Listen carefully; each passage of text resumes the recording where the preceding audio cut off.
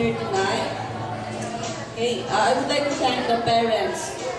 Okay, parents and students. Yung mga students ng summer, hindi ko pa sila na-handle kasi medyo masalan yung pagbuntis ko. Pero akala ko nga maanak na ako ngayon, pero buti naman, hindi pa siya lumabas. No, so I would like to thank the parents. Yung mga students ko dito, may isang estudyante na nakatatak sa mind ko, si Gab. Dati kasi si Gab, sana si Gab, nandun ata. Si Gab, pag natuturo ako ng piano, umiiyak yan siya. Pero nung ngayong year, nung sinabi na magkaroon ng recital, sabi niya sa mama niya, mauna na kayong umalis, hahabol na lang ako. Okay, so ang gusto ko lang, ang point ko, parents, pag ang anak ninyo, parang first, walang interest, huwag ka agad kayong mag-give up. Sometimes it will not take 1 year, sometimes it will not take 2 years. Okay, I started taking piano lessons at the age of 3. Pero hindi ako prodigy na pagka-3 parang si Mozart.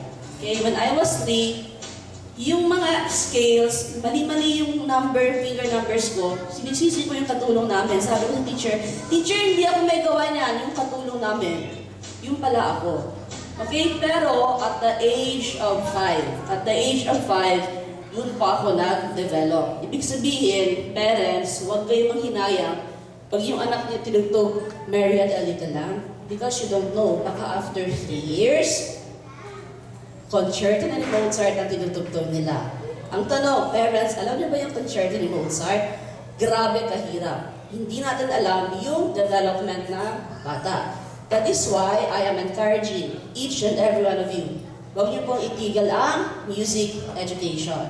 Okay? So I will not elaborate more kung ano yung effects. Pero let me tell you, the effects of music sa bata, sa brain, sa training, sa discipline, masyado maganda. Okay? So once again, parents, I thank you for letting your children enroll at MC Music Center.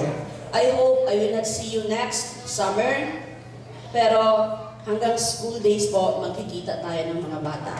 Okay? So thank you and good evening.